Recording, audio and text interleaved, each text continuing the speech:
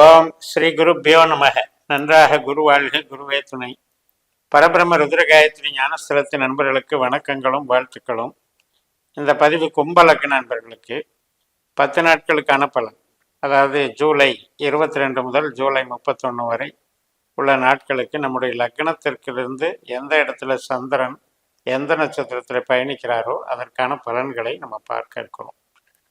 இப்போ கும்ப லக்னத்துக்கு ஜூலை 22ஆம் தேதி திங்கட்கிழமை 12ஆம் இடத்துல சந்திரன் இருக்கார். அதாவது மகர ராசியில 12ஆம் இடத்துல சந்திரன் இருக்கிறாரு.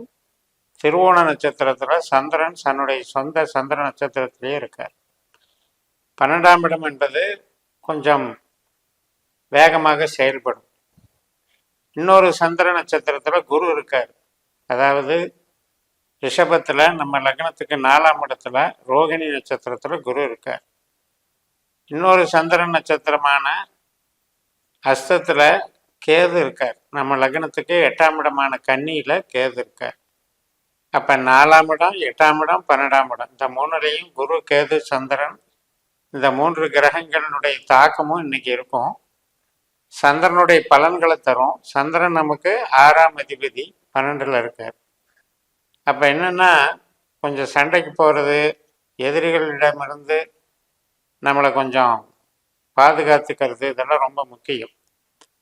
கடன் பிரச்சனைகள்னால அலைச்சல் திருச்சல் படுறது, செலவுகள் பண்ணுறது, இதுக்கெல்லாம் பார்க்கணும். வீடு சம்மந்தப்பட்ட செலவு, இடம் வாகனம் சம்மந்தப்பட்ட செலவு, அது மாதிரி உடல் நோய்வாய்ப்படுறதுனால, ஆரோக்கியம் பாதிக்கப்படுறதுனால ஆஸ்பத்திரி செலவு.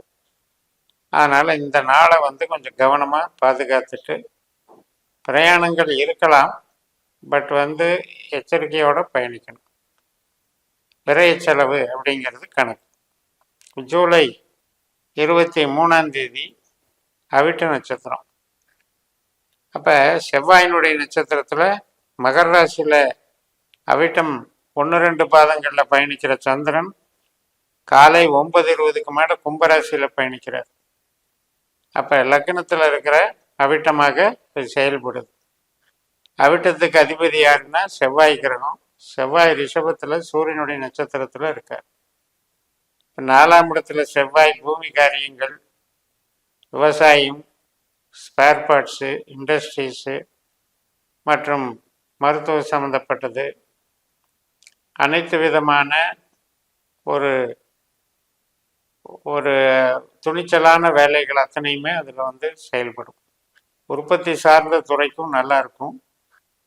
இன்னைக்கு வீட்டுக்கு தேவையான பொருட்கள் வாங்கிறது, இடம் கட்டடம் சம்மந்தப்பட்ட வேலையில் ஈடுபடுறது, இத்தனைக்கும் நல்லா இருக்கு. இந்த அவிட்ட நட்சத்திரம் நைட் வரைக்கும் இருக்குது. அதுக்கப்புறம் சதை நட்சத்திரம் தொடங்குது. மறுநாள் புதன்கிழமை ஜூலை 24 சதை நட்சத்திரம் மாலை 6:14 வரைக்கும் இருக்கு. நம்ம லக்னத்தில் ராகுனுடைய நட்சத்திரத்தில் தான் சந்திரன் சதய நட்சத்திரத்தில் போகிறார். ராகு நம்மளுக்கு 2ஆம் வீட்டில் இருக்கார், சனியோட நட்சத்திரத்தில். அதனால் பேச்சு, நம்முடைய தொழில் சார்ந்த இயக்கங்கள், ஈடுபாடுகள் எல்லாமே இன்னைக்கு நடக்கும். அதில் நமக்கு மன திருப்தியும் இருக்கும். ஆனால் 2ஆம் இடத்துல இருக்கிற ராகு நின்ற நட்சத்திராதிபதி சனி லக்னத்தில் இருக்கிறதுனால சேமிப்புக்கு கொஞ்சம் தட்டுப்பாடு இருந்துகிட்டு தான் இருக்கும். மறுநாள் ஜூலை 25 பூரட்டாதி நட்சத்திரம். அதாவது நாள் புதன்கிழமை 6:14 சாயந்தரத்திலிருந்து பூரட்டாதி நட்சத்திரம். இது 4:16 வரைக்கும் இருக்கு. சாயந்தரம் 4:16 வரைக்கும் பூரட்டாதி நட்சத்திரம் குருவனுடைய நட்சத்திரம். இந்த பூரட்டாதி நட்சத்திரத்துல தான் சனி பகவான் போயிட்டு இருக்காரு. இப்போ சனி சந்திரன் சேர்க்கை பலனை கொடுக்குறாங்க. இப்போவும் கடன் சம்பந்தப்பட்டது, கொடுக்கல் வாங்கல் மற்றும் ஒரு பக்கம் கடன் வாங்கி இன்னொரு பக்கம் அடைக்கிறது, இது சம்பந்தமான பணிகள், ஆஸ்பத்திரி செலவுகள் இருந்தாலும் கூட இப்போ நமக்கு சுய சிந்தனை கொஞ்சம் தெம்பாக செயல்படுறதுக்கு வாய்ப்பு கொடுக்கும். ஏன்னா சனி லக்னத்திலேயே இருக்கார். அதனால் நன்மை செய்வார். குரு 4ஆம் இடத்தில் இருக்கனால வீடு, மனை, வாகன யோகங்கள் மற்றும் சொந்த பந்தம் சார்ந்த ஒரு ஈடுபாடுகள் இதையெல்லாம் நல்லதை பண்ணும். ஜூலை 26ஆம் தேதி வெள்ளிக்கிழமை உத்திரட்டாதி நட்சத்திரம். மீனராசிக்கு சந்திரன் சனியினுடைய நட்சத்திரத்துக்கு போறாரு. இதே உத்திரட்டாதி நட்சத்திரத்துல தான் ராகு போயிட்டு இருக்கார். இப்ப ராகுவும் சந்திரனும் சேர்க்கை பலனை தர்றாங்க. இது மதியம் 2:20 வரைக்கும். அப்ப இந்த சனி கிரகம் நமக்கு லக்னத்துல இருக்கிற பலன் நல்லபடியா குரு மாதிரி செயல்படுறதுனால பொருளாதாரம், உற்பத்தி, தொழில், உத்தியோகம் இதுக்கெல்லாம் நன்மைகளை கொடுக்கறதா இருக்கும். இந்த அமைப்பில் நமக்கு ஈடுபாடு, வேலை சார்ந்த ஈடுபாடுகள் வேகமாக இருந்தாலும் உறவுகள் சார்ந்த விஷயத்தில் சற்று அதிருப்தியாக இருக்கும், நெருடல்கள் இருக்கும், சஞ்சலம் இருக்கும், குழந்தைகள் வழி சங்கடங்கள் இருக்கும். இன்றைய நாள் பொருளாதாரத்துக்கும் தொழிலுக்கும் நல்லா இருக்கும். மறுநாள் ஜூலை 27 ரேவதி நட்சத்திரம். அதாவது முதல் நாள் வெள்ளிக்கிழமையே மதியம் 2:20க்கு ரேவதி தொடங்கிடுது. மறுநாள் 12:59 வரைக்கும் இருக்கும் மதியம். இப்போ இந்த ரேவதிங்கிறது புதனுடைய நட்சத்திரம். நம்முடைய லக்னத்துக்கு 2ஆம் இடத்துல சந்திரன் புதன் மாதிரி செயல்படுறார். அப்போ புதன் கிரகம் எங்கே இருக்கு? மக நட்சத்திரத்தில் இருக்கு, 7ஆம் வீட்டில் சிம்ம ராசியில். கேதுனுடைய நட்சத்திரத்தில் இருக்கு, கேது 8ல் இருக்கார். அதனால இன்னைக்கு புதிய நபர்களை சந்தித்தல், வியாபாரம், மற்றபடி நம்முடைய முயற்சிகள் வெற்றி அடைதல் எல்லாமே நல்லபடியாக நடக்கும். கணவன் மனைவி உறவு பலப்படும். எண்ணிய காரியம் எளிதில் நிறைவேறும். இந்த ரேவதி நட்சத்திரம் 12:59க்கு முடிஞ்சு அஸ்வினி நட்சத்திரம் ஆரம்பிக்குது. மேசராசிக்கு சந்திரன் போயிடுறாரு கேது நட்சத்திரத்துல. கேது நம்மளுக்கு 8ஆம் இடத்துல சந்திரனுடைய நட்சத்திரத்துல.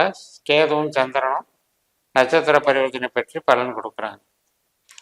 அப்போ 8ல் கேது இருக்கிறதுனால கொஞ்சம் கவனமாக இருக்கணும். வண்டி வாகனங்கள் ஓட்டுறதுல கவனமாக இருக்கணும், பேச்சுவார்த்தைகளில் கவனமாக இருக்கணும், குடுக்கல் வாங்கலில் கவனமாக இருக்கணும், ஆரோக்கியத்திலையும் கவனமாக இருக்கணும். மற்றபடி கம்யூனிகேஷன், நம்முடைய ஒரு தகவல் தொடர்பு, நம்ம யாரையாவது சந்திக்கிறது, சிறு பிரயாணங்கள் போகிறது, டாக்குமெண்ட் சம்மந்தப்பட்டு டீல் பண்ணுறதெல்லாம் இன்றைக்கி அவாய்ட் பண்ணிக்கணும்.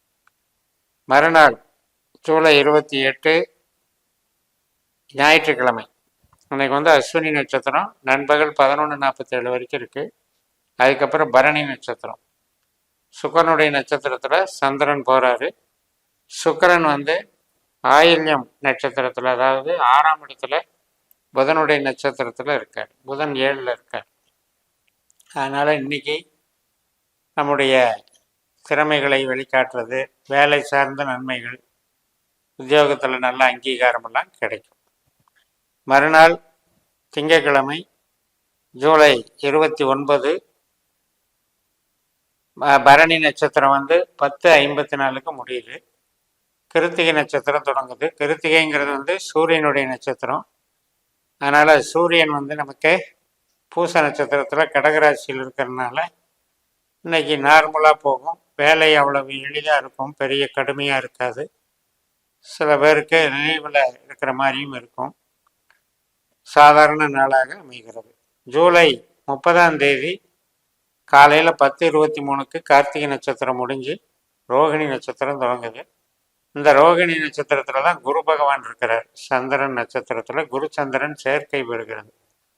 அப்போ ஒரு கடன் கிடைக்கிறது, வீட்டுக்கு லோன் கிடைக்கிறது, உற்பத்தி சார்ந்த துறைகளுக்கு நன்மைகளை கொடுக்கும். 8ல் கேது சந்திரனுடைய நட்சத்திரத்தில் இருக்கிறதுனால சில வம்பு வழக்குகளில் கொஞ்சம் எச்சரிக்கையாக இருக்கணும். ஏற்கனவே கொடுக்கல் வாங்கல் சிக்கல் இருக்கிறதுல அதனுடைய ப்ரெஷர் டென்ஷன் கொஞ்சம் அதிகமாக இருக்கும். ஜூலை 31 காலையில் 10:17க்கு ரோகிணி நட்சத்திரம் முடிஞ்சு மிருகசிரீஷ நட்சத்திரம் செவ்வாயினுடைய நட்சத்திரம் தொடங்குது. செவ்வாயுமே ரோகிணி நட்சத்திரத்தில் இருக்கிறதுனால வீட்டுக்கு சம்பந்தமான பொருட்கள் வாங்கிறது, இந்த நன்மைகள் எல்லாம் நடக்கும். 8ஆம் இடத்துல கேது இருக்கிறது. படபடப்பை கொஞ்சம் குறைச்சிக்கணும், முன்கோபத்தை குறைச்சிக்கணும்.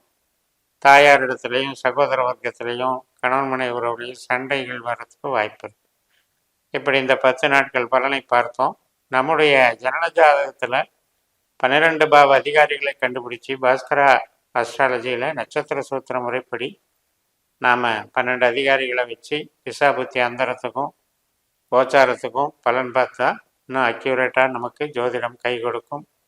ஜோதிடத்தில் நம்ம கேட்குற கேள்விக்கு கரெக்டான பதில் வரணும். அந்த பதிலை கொடுக்கறது இந்த நட்சத்திர சூத்திர முறை என்று கூறி நிறைவு செய்கிறேன். இந்த சேனலை சப்ஸ்கிரைப் பண்ணி ஷேர் பண்ணுங்கள். உங்கள் தனிப்பட்ட ஜாதக பலாபலன்களை என்னுடைய வாட்ஸ்அப் நம்பரில் தொடர்பு கொண்டு பலன் பெறுங்கள். உங்களிடமிருந்து விடைபெறுகிறேன். உங்கள் ஜெயம்எஸ். நன்றி, வணக்கம்.